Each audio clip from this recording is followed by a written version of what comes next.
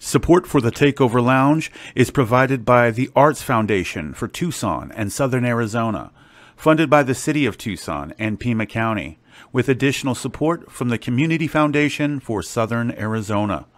Welcome to the Takeover Lounge.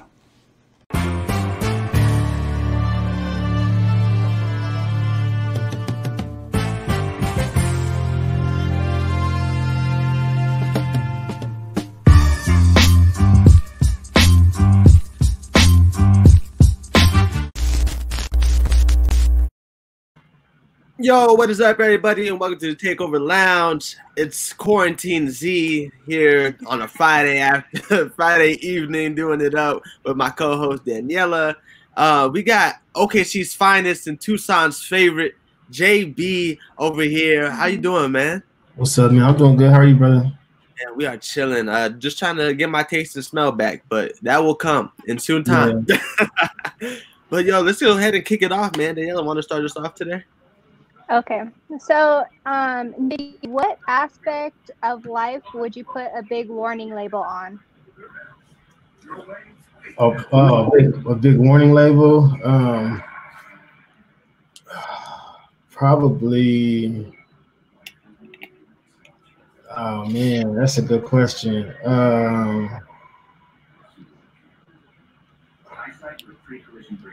I'll probably put a warning label on. Women. Okay, we need some elaboration on that one. Yeah, I'm going to let me plug my laptop in real quick, okay? Okay, sounds good. Okay. Well, he's doing that. We're gonna do a little announcement. Shout out to everybody that's already paid for our Patreon. Y'all should go ahead and do that. We have our links in bios. Help us out. Support the Takeover Lounge, Takeover Media. We out here doing the thing. We got Pike in here. We got Fonz up in here. What's up, y'all? But yeah, we got a Patreon now. Go ahead, sign up for these monthly little fines that we got.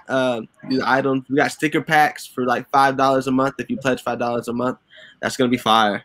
So with Daniela's cricket maker. I'm gonna try this weekend. I'm gonna try.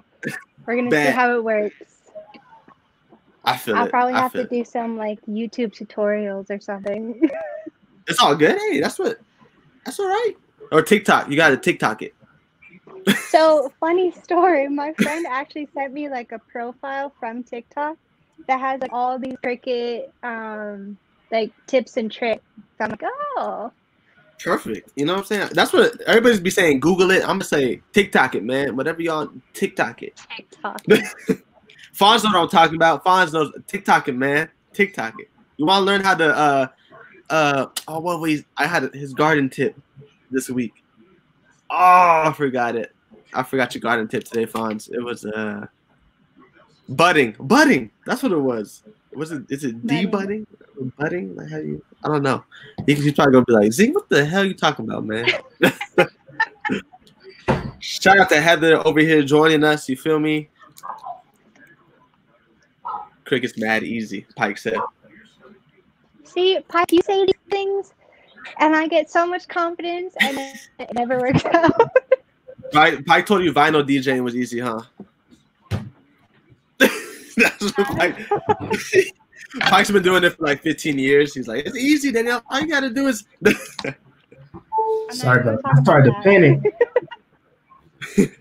It's all good. No, it's all good. We're glad you're back because now people want to know. We had the comment section going. They're like, women, wait a minute. What?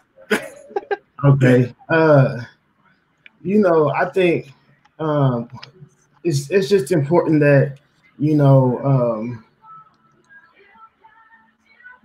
teach men to proceed with caution when it comes to women. That's just because I grew up in a house full of women. I have daughters, and you don't like, it's, they can build you up, they can tear you down, you know what I mean? And so, it's just, I just say, man, like for me, a lot of the a lot of the things that I deal with, you know, that I'm going to deal with the rest of my life is because of my interactions with women. You know what I'm saying? Mm-hmm. So yeah, I just think that it's important that, you know, we think about that, and we try to leave them better than when we met them. You know what I'm saying? Definitely. So yeah. I like that. Everybody was like, "Oh man, what's JB about to say right now?" And he flipped it. He flipped it. That was right, Fonz. He flipped it. That was good. We got love from Germany tapping in. That's crazy. We got Germany viewers tapping in. Do you know you got people from Germany supporting you, JB? Yeah, I played Germany before. Really? Yeah. What was that like? It was amazing. We toured. I think I did four cities in Germany. Sheesh. 2015, 16. Wow. That was like the peak of, like, I feel like when we started seeing the transition in music era, like sound, 2015 at 2016, like, yeah, Germany, you know, can I cuss on here? Yeah, of course. Okay, yeah, Germany fucked me up. The first show, it was whenever they were having the refugees were going from, I think, where were they coming from? There was something going on, and there were people coming to Germany from somewhere else. Damn it, what was that? I can't remember what it was, but I'll think of it later. I have to look it up and Google it. But it was from Syria. They were coming from Syria. Yeah. So it was around that time, and so we got to the first show, the first venue, and there's this long line, and it was probably like 5 hours before the show started. You know what I'm saying? Like, it was still, you know what I'm saying? It was hella early. So there's this long line of people, like kids and everything. So I'm thinking, like, dang, yo, they lined up for the show already. Right. And they were like, no, those are refugees. There's like a camp they're gonna stay at, you know, behind the venue. And so that part was really cool, just to kind of see that and be a witness to, like, world history. You know what I mean? Definitely. And then there was one venue where we played in Germany where I had a homie from Oklahoma who was playing basketball out there, and so he was coming to the show, and so I went out to the front to put his name on the guest list to get him in, and they had like this thick book, like a thick notebook folder, and it was full of all these mug shots, and I was like, what are those mug shots? Like, who are these people? Right. And they was like, these are Nazis who aren't allowed to come to the show. What? Yeah. Wow. Yeah. Man. Oh, so when you said it fucked you up, you were mad. Oh yeah, bro. Definitely. That's like a culture. I would be culture shock. Like, what? You got there's real life Nazis still around in 2015? What? That's crazy. I want to know what got you into music, JB. You know, I've always, you know, as far back as I can remember, have been I've been into music. I probably started, like, you know, recording when I was probably like 15, 16. But I started writing raps when I was like 7, 8. You know what I mean? But like actually like going to the studio like sophomore year in high school, you know, and back then people didn't have studios in their crib really. You had to legit like book studio time and stuff like that. And so so that's what was how I got started. And then from there it was just, you know, I guess like open mics and talent shows, and here we had a scene, like a party scene, like underground, more I guess you could call it like rave scene, you know what I mean? Mm-hmm. But the hip hop scene and the rave scene, b-boy scene, those scenes was kind of mixed, you know what I'm saying? Like intermingle, you know what I mean? Right, so right. you might have a big party where it's like it's like a big dance room, and they might have like a hip hop room. You know what I'm saying? And shit like that. So that's kind of like how, you know, I just kind of got started into like, you know, doing shows and stuff like that. Wow, that's neat. So you started like writing when you're 7 and 8, writing just lyrics and raps. Yeah, I've always wrote raps. Like, you know, I had, you know, uncles and cousins who rap. You know what I mean? So, you know, plus my parents listen to rap music. Like, you know, my mama, she would get ready for work. She'd be playing Tupac. You know what I'm saying? Wow. I remember the first song I memorized was a rap song. You know what I mean? Like, you know, so that was just always in our house and always around was rap music. You know what I mean? What song was it that you memorized? Ghetto Boys, My Mind Playing Tricks on Me. Oh, that's a good one. That's a good one. That's a great one. And did, like, when you were coming up, I mean, you said you have uncles and people that rapped in your family, but were your homies rapping at all, like helping you or supporting you at all? Yeah. A lot of us, a lot of the homies rap. You know, one of like the first time I went to the studio, you know, I went with my homie. Like he'd already been going to the studio for a minute. You know what I'm saying? And knew how to record and all that. He's the one who helped me, you know, and taught me how to record. And back then, like, you know, when I first started recording, like it was all analog. So like, you know what I mean? It was different. Like you trying to do it in one take, and you know, then, or you know, you weren't able to punch in like you are now and stuff like that. You know what I mean? So so yeah, like I had a bunch of homies like who rapped. We used to, my sister's boyfriends, we sit at the house and rap. We freestyle it in our apartment complex and all that. Wow. That's neat. That's awesome. Yeah. So let's see. Do you feel like there are some aspects in hip hop culture that need to be changed or addressed for the better?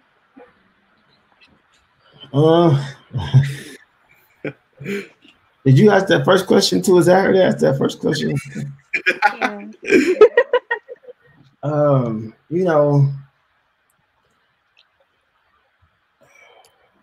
I don't know if anything needs to be changed for the better. I think that you know, because hip hop is so young, and you know, when you think about how hip hop started and the foundation of it, you know, being like an outlet for people who had nothing, you know what I'm saying? Like, I think that, you know, because it still is that in a way, it's hard to say, you know, well, hip hop should do this for the better. Now, as far as I think that the culture itself is good. I think it's perfect. You know what I'm saying? Well, if there was something that, you know, I think that, you know, could change for the better, it would just be the idea that that, you know, hip hop is something that you can put on and take off. You know what I'm saying? Like, you know, you can't, like, you know, I was born like this. I don't put this on when I leave the house and take it off and I come home. You know what I'm saying? The same way I'm talking to y'all, the same way I talk at the dinner table at Thanksgiving time. You know what I'm saying? The same way I dress is the same way I dress every day. You know. So I went to a funeral today. The governor of Oklahoma was there, like, and I had on Jordans. You know what I'm saying? Like this is who I am. It's not something that you put on, you know. So I think that, you know, that's one thing I would just say, like, you know, it's just that it's not something that you could just put on and take off when you feel like it. And then the other thing would just be the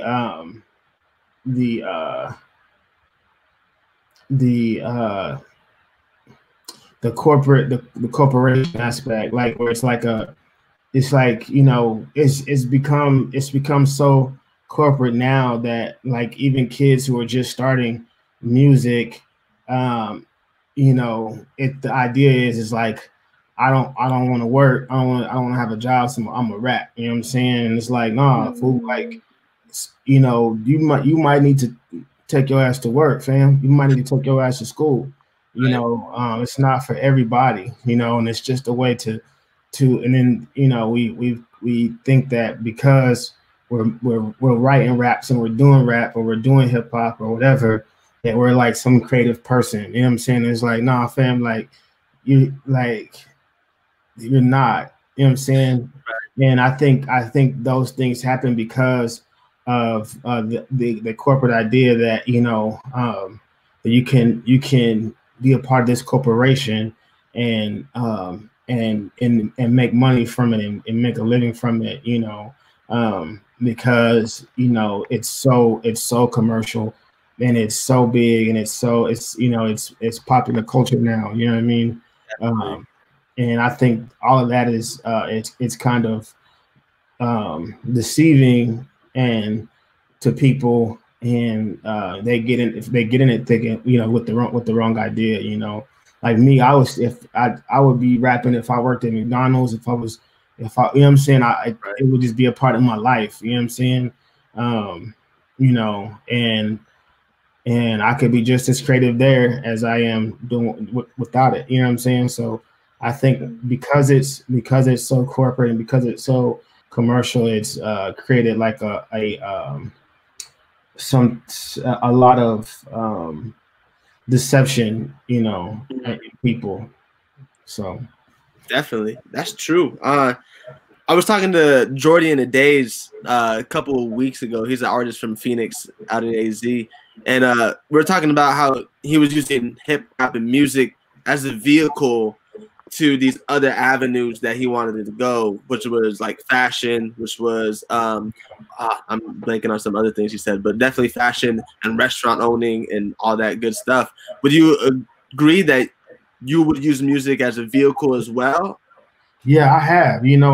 Like, I mean, everything I've done now has been because I rap. You know what I'm saying? Like, I have a restaurant that'll be open this year in 2020. Wow. This 2021.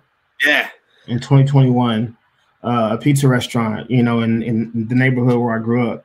I've done acting. I've won 2 Emmys. What else? I'm on the Arts Commission here. I'm on the Arts Council. I have a radio show in Oklahoma City. I teach a college course, a college hip hop course. Wow. I can't think of it, but just I'm co-owner of a historical theater, the Tower Theater. Here, and all of those things started with rap. You know what I'm saying? None of that stuff would have happened had I not been rapping and people not seen me, or heard me because of rap. So yeah, I think that's definitely as an independent, especially, I think that's definitely how it, that's a great way for of it to progress naturally. I guess is what I'm trying to say. Yeah, I agree. I mean, just hearing all the things that you accomplish and are doing just from rap and hip hop itself. I mean, I feel like if any independent artist is listening, take that, listen to this. I mean, this guy knows what he's talking about. I mean, you're teaching a college course, and what's that course on? It's called Hip Hop Studies. So. Wow. We just study hip hop. So we studied the history.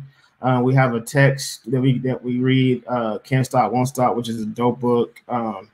And then I wrote a curriculum just based around that book, and then different parts of hip hop. So whether it's hip hop fashion, whether it's MCing, whether it's rapping, whether it's breakdancing, whether it's politics in hip hop, whether it's religion in hip hop, and we go through each of those. And it's been dope. It's been really cool. So that's tight. I like that. I want to take that course now with Professor Jabee right there. You know what I'm saying?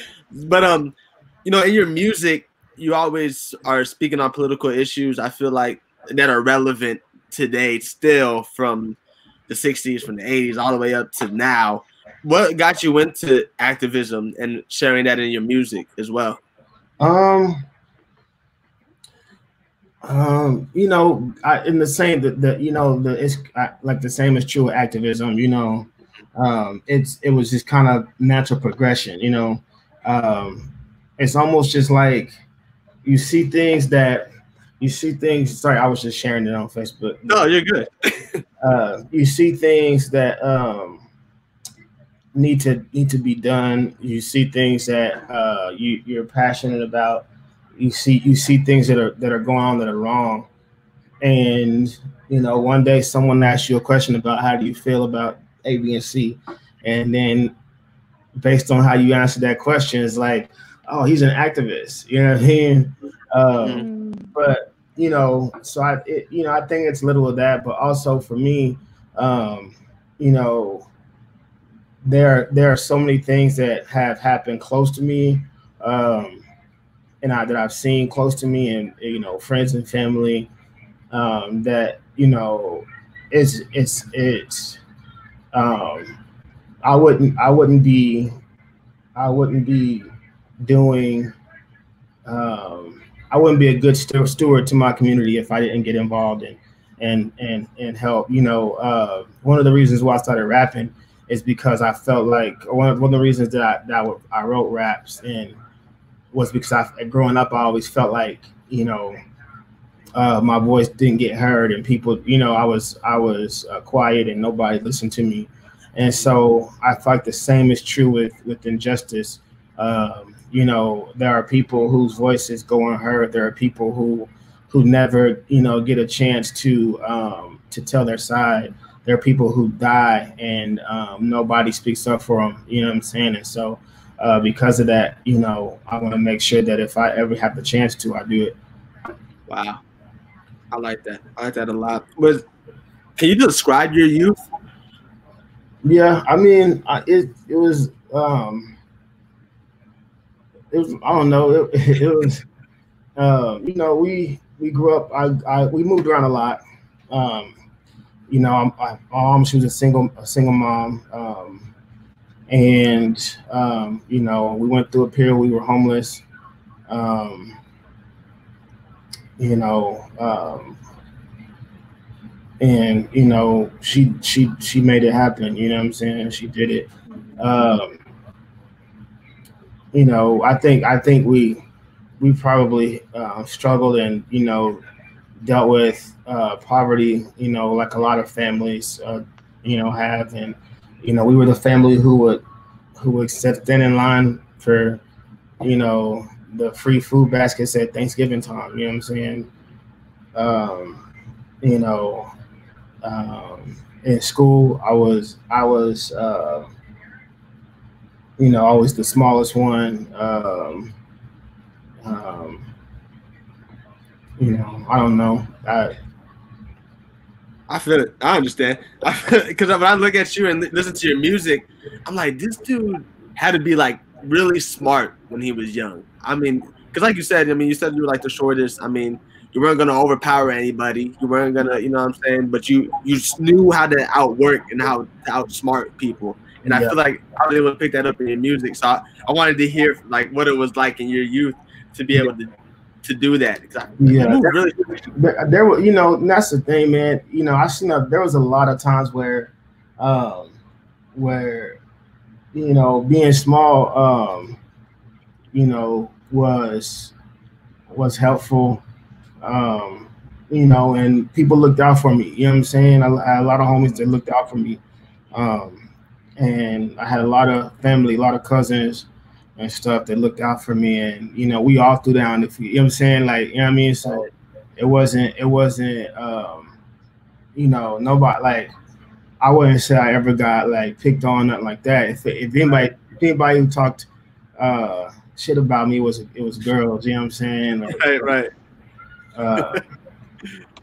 So yeah, so man, you know, that's the thing. But you know, for me, it's like where I grew up, like, you know, and how I grew up. A lot of my friends and people that I went to school with kind of grew up the same way, or even worse, some of them. You know what I mean? So, so yeah, man, it was just, you know,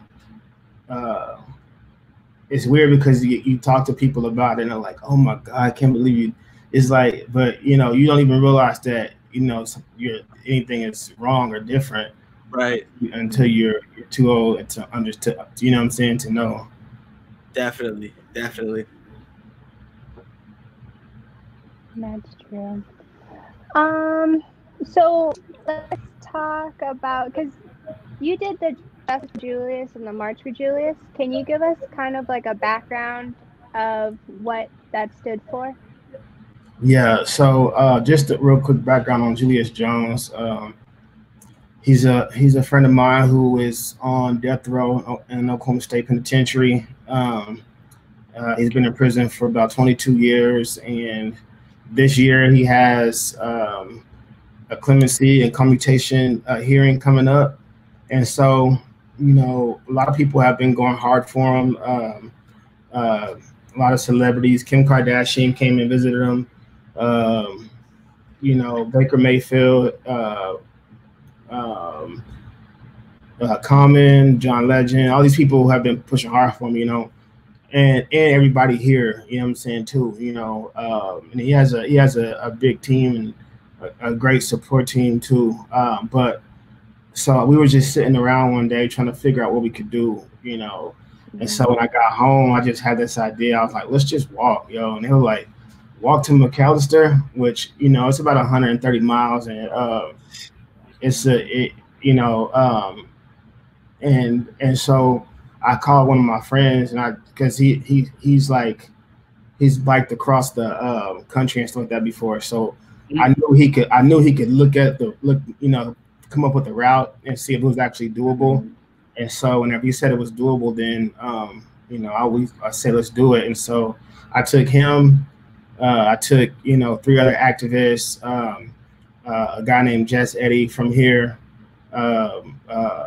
Francie Ekwu, she's an attorney from here, and then Irv Rowland, he's an activist. He's from here, but he lives in LA. He coaches in the NBA, and so he came, and so the 5 of us, you know, walked from Oklahoma State Capitol to the Oklahoma State Penitentiary, and we did it all. We left New Year's Eve, and it took us about 4 days to get there. Wow, that's crazy. Yeah. So what was like? Was it? I mean, I hope it wasn't straight 4 days. I mean, did y'all like in a hotel for a little bit, and then the next day it was? So we walked about. I think the first day we probably did about 50 miles, and then we got some sleep. The next day we did about, you know, somewhere around 30, and then I think 40 the third day, and then the 4th day we had about 4 miles left, and we walked those 3, and then we had a group meet us on that last mile. But yeah, we got a hotel, and then we get up like 5 in the morning and start walking. Wow. That's amazing. And you were even saying there was like harsh ice storms before. The first day. So the first day, like it was like sleeting and raining. You know, by the time it got nighttime, it was like sleeting and raining. We couldn't see. It was that first night was crazy. And then we got to our room probably around 11, and that night it snowed real bad. So we woke up and walked through the snow, and it was snowing again that day. But the day after that, it was just cold. But I mean, like there was one stretch where it was like 1 6-mile stretch where it was just like there was like this big muddy hill. There was like mud up to my ankles, you know, like stomping through this mud, and it was crazy. And yeah, it was weird, man. You know, people stopping us, people honking, some people who didn't like what we was doing. You know, just all of it. It was crazy. Wow. And this was to raise awareness for Julius Jones' case, right? Yeah. So just to raise awareness and just, you know, for us it was like just to say like, listen, like we're like, if somebody's willing to walk 130 miles, like, you know, that's something you gotta think about. What would make a person want to do something like that? Right. And the fact that we're doing it, hopes, you know, the hope was, you know, it would bring some attention to you. You know what I'm saying? you know, and make you go, man, these people must really believe in this if they willing to do that. You know what I'm saying? Yeah, that makes sense. I mean, even just listening about it, I was like, damn, like they're serious about this. Like, and other people are probably saying the same thing. Like, yo, what the hell? People sell it like y'all crazy. Like, right. Yeah, that's what I'm saying. I saw the Twitter post from Pike retweeted it. I was like, they about to walk 131 miles. Yeah. Wow. I need whatever OKC is on for sure to be able to walk 131 miles. But it was for a great cause, man. And I mean, hopefully we get the outcome we need. You know what I'm saying? For Julius Jones for sure. But we're gonna go ahead and take a little break here. We're gonna watch an episode of The Couch, number 14, I believe, hosted by Abnormal. This is things that you should be listening to that just dropped in Arizona. So go ahead and we'll run that thing real quick. Welcome to The Couch, episode number 14.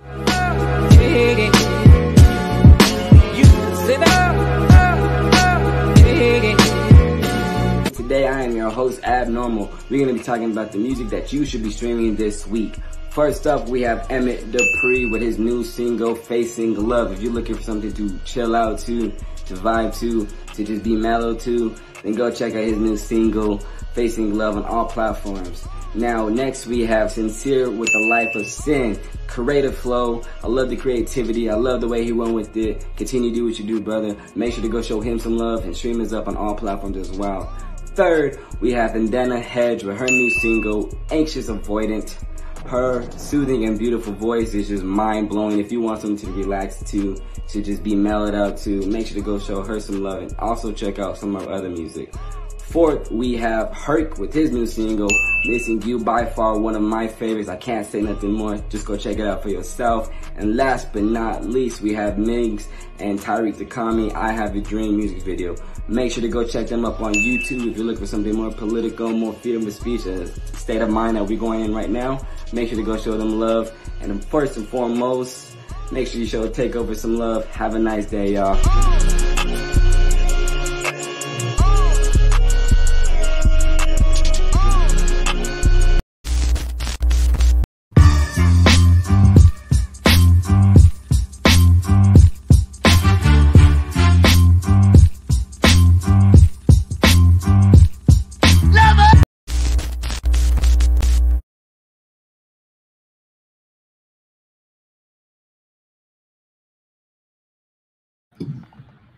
So what's up, everybody? We are back with Jabee, OKC's finest, and Tucson's favorite. You already know what it is.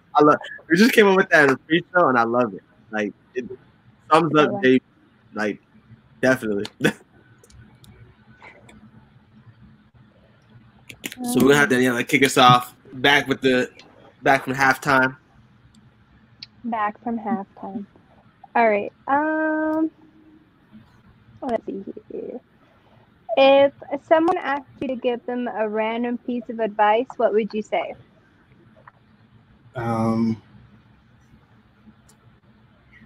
best advice I've probably ever gotten was to make sure I'm always dependable and always prepared.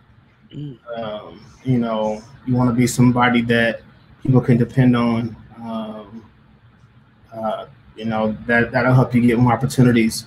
And then when you show up, make sure you prepare, you know. So that would be a piece of advice, is just make sure you're always prepared and always dependable. That's a great one.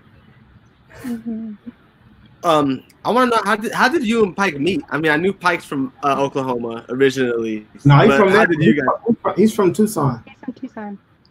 He's from Tucson. All right, he's from Tucson. Then moved to Oklahoma. Yeah. So how did you guys meet?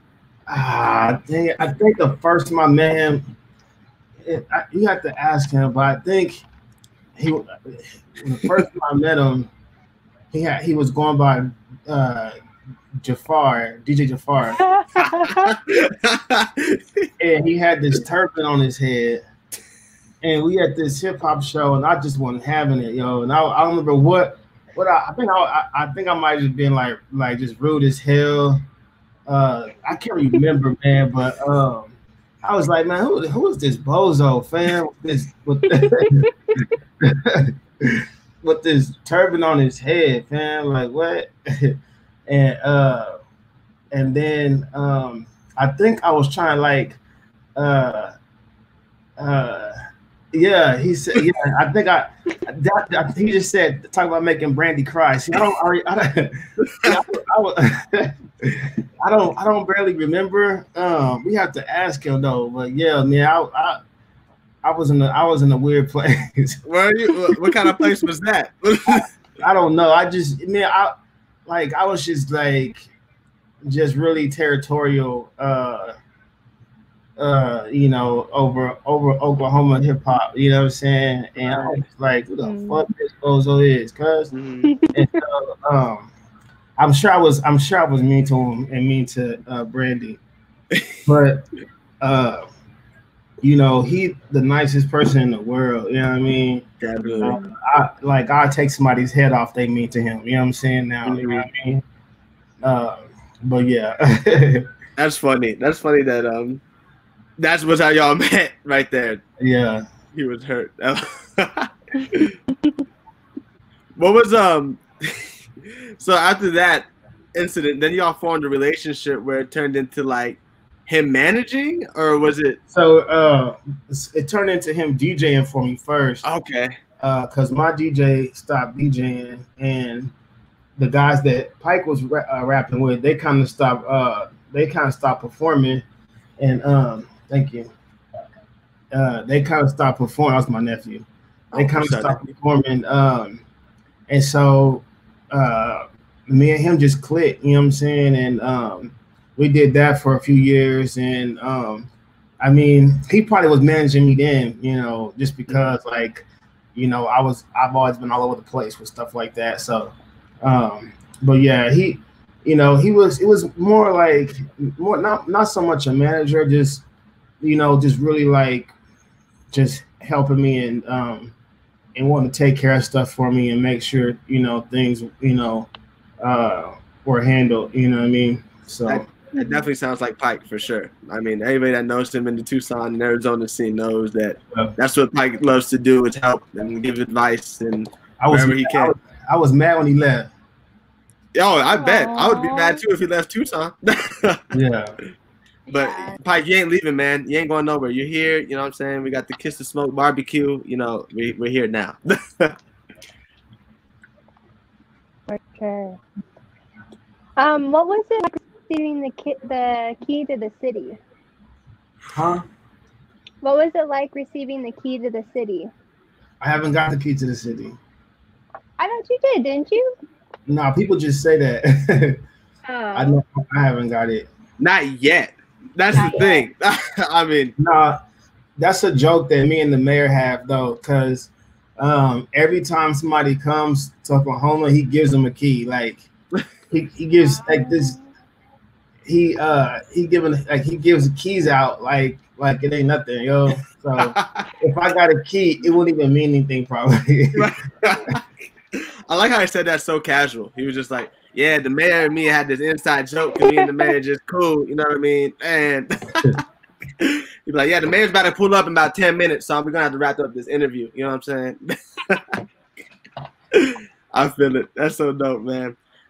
So before the show, we were talking about Lando Chill and how he brought up a story. And his story was from New York when was Pike that took him to New York with you headlining a show. No, we took Lando on tour. It was me and Pike tour. We took him, and we did have a New York date. And then he was in the studio with Static Selector.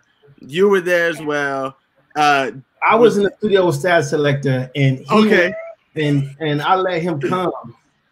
Yeah. He's like, bro, don't get the twisted, man. He's like, so what was your favorite tour memory?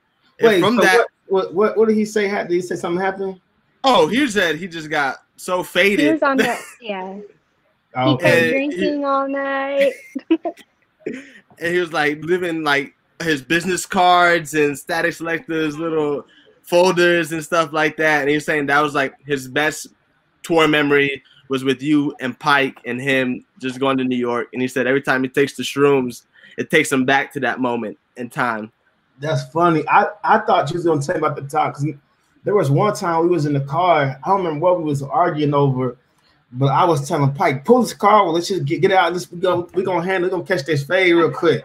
And I was trying to get Pike to pull over the car so me and Lando can get out and fight. I'm like, we're not gonna get out. We're not gonna go today without fighting. I could tell right there. So let's go ahead and get this fight over with real fast. And then we get back in the car and keep going. I think Lando didn't tell us that part because he probably forgot about that part. I mean, but what has been your favorite tour memory? Man, touring with them was really fun. Man,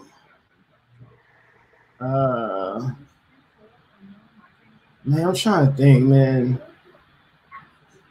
I've done a lot. Like probably the best tour memory is like whenever we toured in Switzerland. We toured with one of my favorite rappers. He's from Sweden. His name is Promo, and he has a song called Off the Record. He's in a group called Loop Troop. And so in Europe, Loop Troop is huge. You know what I'm saying? Like they're since the 90s, they're huge, you know. And so my friend DL put me on to Promo like probably 2000. And he had this one song called Off the Record, and I listened to it all the time. And I just thought it was crazy. This dude was from Sweden and he rapping and sound like this, you know. Right. So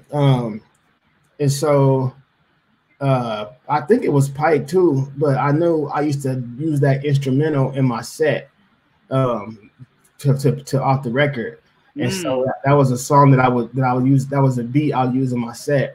And so whenever we got to Europe, we showed up to the venue. We did the whole tour with them.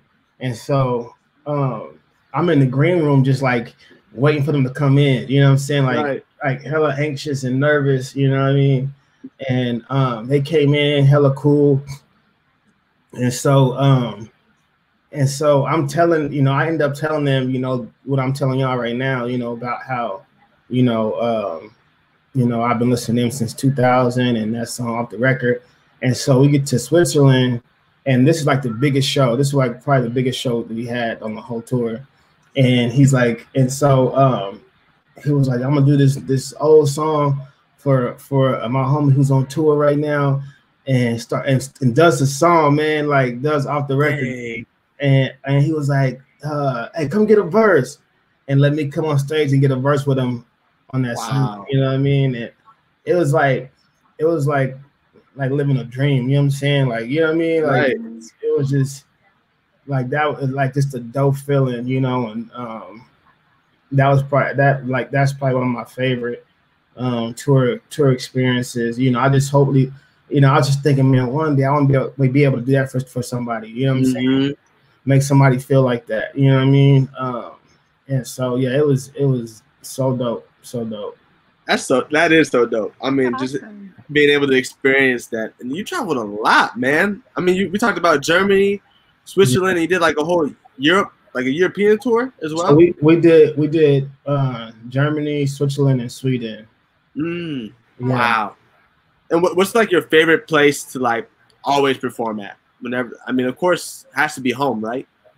Yeah, home is dope. Tucson is dope. Yeah, you already know. You got to say that. Make sure he said that. Yeah, probably. You know, Tucson is like my second home, really.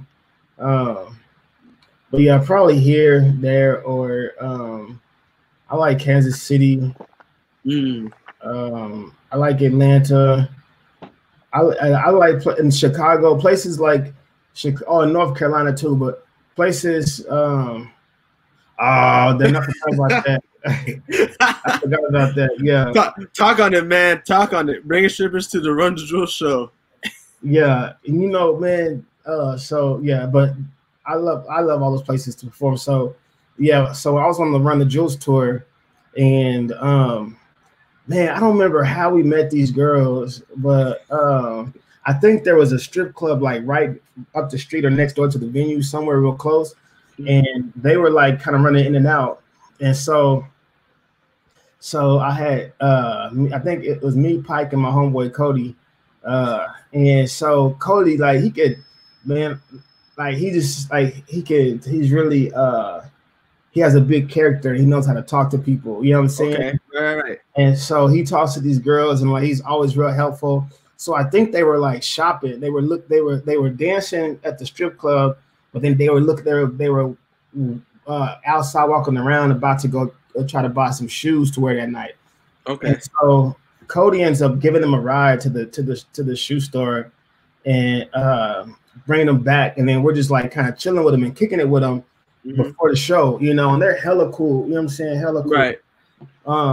And so they're like, so y'all rap, you know, there's a concert going on. Like, yeah. So we bring them to the show, and then we bring them backstage, and like we're kicking it and all, you know, getting them drinks and all that. And so we go on first, and by the time we get off stage and get backstage, like they sitting on, you know, everybody's laughs. They don't, like, all them dudes, everybody done hijacked them from us. You know what I'm saying? Right. And then Run the Jewels had them on stage. Matter of fact, I had gave them a Jabee shirt.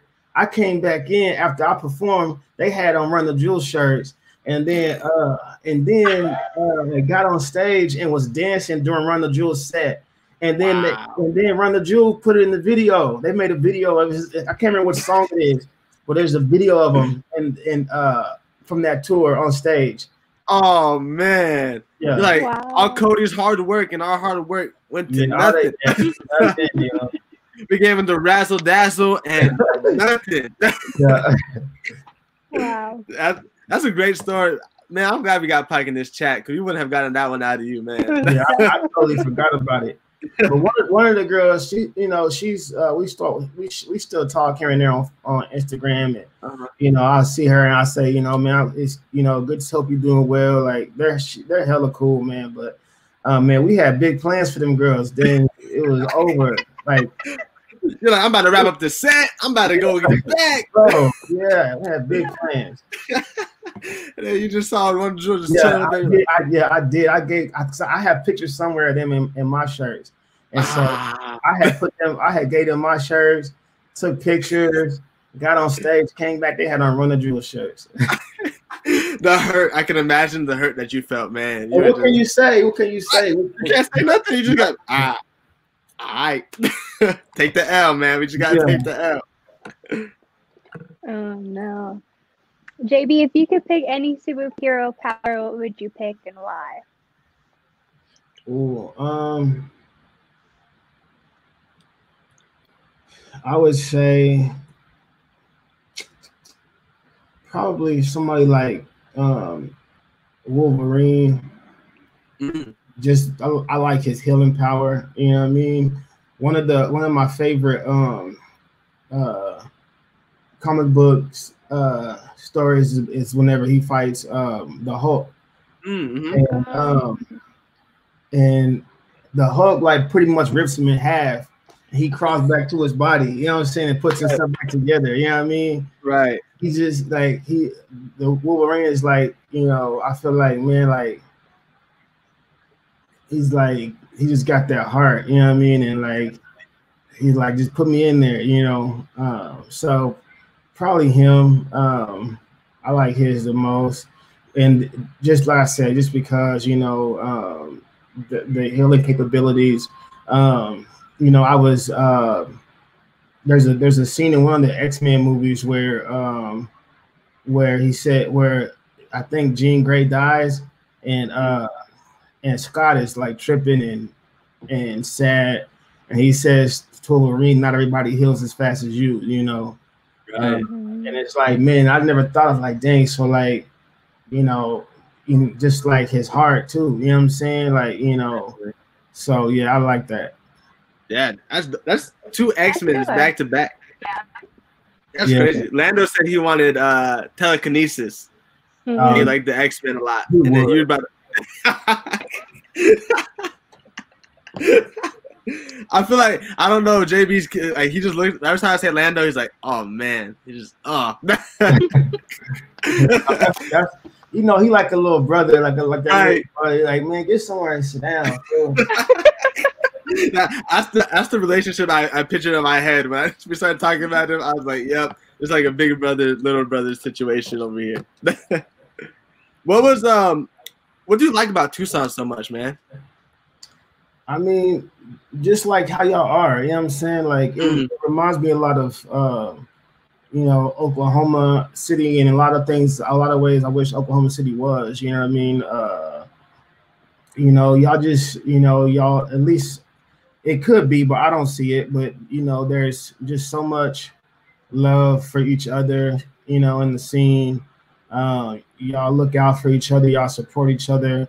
Like, I've been to a bunch of different shows at different venues out there, and you know, if this person ain't performing, everybody else is there to see him. I'm saying, like, the other rappers is there to check them out. The other people are there to check them out. If they are, and you know what I'm saying, like, it's like, man, y'all put each other on. You know what I'm saying, and you know, it's just so much fun, man. And you know, I like that. I like just being around, you know, all of y'all, just because it feels like home. It feels like just like I don't know. It just has that home feel, you know. Right. It just feels right. Yeah, I could put my feet up, you know what I'm saying? And yeah. Not worried about shit. You know what I mean? Definitely. It's been interesting. I mean, hearing that from like you being here a lot and also you being outside of Tucson. I mean, it's like an ongoing debate on Clubhouse and on Twitter and Instagram about having mutual respect for each other, from Phoenix to Tucson, Tucson to Phoenix to Yuma to Flagstaff and all Arizona as a whole. And one of the things I noticed about you is you got the love of your and support of your like city and state. You know what I'm saying? Because you rep Oklahoma and the city that you're from. You know what I'm saying? And I just want to know, like, how were you able to do that? And partly was it anything to do with you, or was it just the people that were just surrounded by? I guess. I don't ever think it's me. I just think it's, you know, it's just the energy you put off. You know, it's, you know, how you treat people. You know, how you look out for people, how you help people. You know, I think that's what it is. You know, and even if you know, some people here might not like my music, right. But you know, they still you know, down for me. You know what I'm saying, as a person and as a person in this community. You know what I'm saying. So, and then just you know,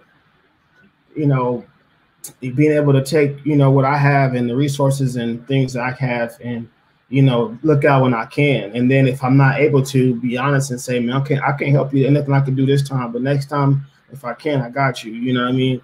Right. So, you know, just doing that, you know, and showing up, you know what I'm saying? Like, and, you know, just supporting people, you know, and doing, supporting people like you would want them to support you, and just, you know, like I said, it's just in the energy, you know what I mean? Definitely, it definitely is, and I think you bring up a good point. Just being like a good human being, you know, and not being fake about your intentions or being fake about who you are. And I think that's probably a lot of what's happening in our scene. To say is just like, a lot of people are like, okay, yeah, like when I see you, cool, but when I'm behind your back, I ain't doing nothing to really support. But that's neither here or there. But that's feel like it's good to hear that coming from you. You know what I'm saying? That just be a dope person, be yourself, and the rest will fall into place. Yeah, no doubt.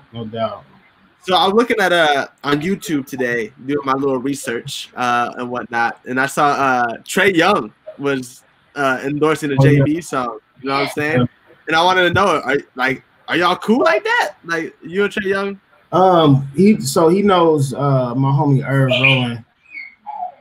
Hold on, boy, be quiet. No, it's all good. We love that. I mean, we got Cash Lansky with his son bringing Dino toys over here. Look, he better not come over here again. That's what he look like. But so he's cool with Irv. You know, and I think it was just showing love. You know what I mean? Right. So, that's so dope. I like that, man. Are you an OKC fan? Basketball Thunder? Okay, of course. You gotta be. So I know you're a little mad, right, about CP3 leaving over here to join the Phoenix real quick, but it's all good. We're not gonna get into it. I don't want to hurt your feelings any more than it already has been, but yeah, CP3 was the best coach we ever had, yo. He was the best coach I feel that he ever had, so it's all good. It's all. Hey, I'm glad we got him. I'm glad we got him. What's your creative process like for writing and for even making commercials? I mean, you got 2 Emmys, right, for commercials. Am I correct? One was for a commercial. One was for a show, like a small documentary that we did. But man, my creative process is really just trying to take my time and let it come to me. You know what I'm saying? Some, like, for instance, sometimes when I'm writing, I'll come to Tucson so I can write. You know what I mean? Right. When I record, But the process is just like, just not forcing it and letting it come to me. Definitely. And just taking my time, man. And that's why, like, it's like 3-4 years before I put out albums. You know what I'm saying? Like, this album came out in 2020. Before that, it was 2016. Before that, it was 2013. Before that, I think it was 2008. So, wow. So it takes time, and I feel like that's another thing. We're talking about industry and corporate. They're always like, "Yo, we need to go. You need to go. You need to go. You need to go. You need to go." But when you take the independent route, I feel like you get creative control, obviously, and you're able to put out pieces of work that are yours and not, somebody else's idea. Like, "Oh, you should do this or you should do that and do this, do that." So, I like your strategic side of how you are creative and how you put out projects. I love it a lot, man. Thank you. Of course. Nail, you got any other questions, man, before we wrap it up? What would you say is the best way for a fan to support you? Buy my albums. That's probably the best way. You know what I mean? Like, I think so. I think today, the idea of support is kind of, like watered down. People think, people feel like, a like on Facebook is support. You know what I'm saying? I support you. You do? Yeah, I liked your post. You know what I mean? Right. People feel like,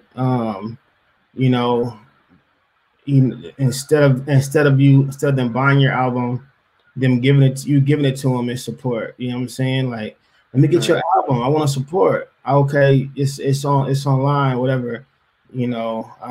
Or like, for instance, like, I press my music on vinyl. Let me get a vinyl so I can support. Okay, it's $30. It's like, oh, I can't, man. I can't just get one. I thought you was trying to support, nigga. You know what I'm saying? Right. People think, asking to get in your show for free is supporting. You know what I'm saying? Mm-hmm. Like, they think that little of you, thinking that, you would rather have a body in there than,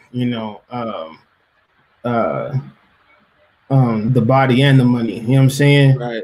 You know what I mean? So it's like, nah, just stay. You know what I'm saying? Like, so I think, we've kind of like, it's been watered down what real support is. You know what I'm saying? Support is what we do for these other people who we don't know. You know what I'm saying? Who don't need your advertising, who don't need you to download. They'll buy their albums, but want to just stream mine. You know what I'm saying? I want the free link. Right. You know what I mean? You know, stuff like that. You know, um, posting on social media. You know what I'm saying? Like, you Drake a drop, J. Cole a drop, this nigga, that nigga a drop, and Right. all my homies, all my homegirls, all my people sending me their videos and posting, you know, the new Drake album cover and this and that. And it's like, you know what I mean? And then you watching and it's like, where was that energy when my shit dropped? You know what I'm saying? Right. If you trying to support, if you ain't trying to support, that's fine. But don't be going out your way to tell me you trying to support my shit and you're not supporting it the same way you support theirs, because they don't need you posting theirs. It's gonna do good. You know what I'm saying? Definitely. So that's what I would say. It's just like, you know, buy my album. You know what I mean? Right. You know, buy a concert ticket. You know what I'm saying? You know, if you know, buy a shirt, buy a hoodie. You know, tell somebody about me. You know what I'm saying? Right. If somebody asks, you know, who you listening to, even if it ain't me, lie. You know what I'm saying? Right. Definitely. Mankind is awesome at doing just supporting. I mean, and Daniela as well. I mean, with Mankind, he was telling us about the Tucson Hip Hop Festival when people were telling him, yo, who was out here popping? He was like, Tommy Will. Like, off rip, it was just already like ingrained in his brain. Matter of fact, I just I remember Tommy Will because whenever the last time I played Tucson, he played and he did this song about local rappers like that. Yeah. And so I was on Clubhouse and I was, you know, it's all these rappers from all over the country, you know, with all these local rap stories. And I was like, man, this dude in Tucson got a song. And so, matter of fact, I called Pike, was like, what's that kid's name who had that local rapper song? And so I sent it to everybody in that group. That's dope. That's support right there, man. If you want to know, JB knows support, the definition, all that good stuff. Hey, JB, is there any thing that you're working on or anything you want to tell the people? Yeah, I'm working on so 2021. I'm gonna drop 3 EPs on vinyl. Like just like me and a producer. So the first one, I got, matter of fact, Lando's on it. It's produced by my homie Derek Minor, and it'll be the first one that comes out. The second one is gonna be produced by Blue, and I got Spiritual on that. Ooh, that's gonna be a good one. And then the third one, it's gonna be Conductor Williams producing it. He produces for like a lot of Griselda shit. So wow. So I'm gonna just drop them like, you know, not back to back, but I'll probably drop the first one like March, April, and then one a few months after that, another one in the summer. That's dope. I'm looking forward to those, man. I mean, you just dropped Spiritual's name on there, so I'm like, okay, I'm looking forward to this. That's Pike's favorite rapper. Definitely, huh? What oh, don't forget about the pizza spot. Right? Oh yeah, so we're hoping to be open this summer. At the latest, we could be open before that, and then I'm working on another concept. Hopefully that will be opening this summer too. So. But the pizza for sure. We just did a walkthrough with the contractor, and they're gonna start breaking ground next week. So I'm excited, man. Yeah, like it's been a long time coming, so I'm really excited about it. Go ahead. I was gonna say I probably work on this for like 4 years, so. Wow, you've been working on this for 4 years, you said? The pizza restaurant, something like that. And what sparked the idea?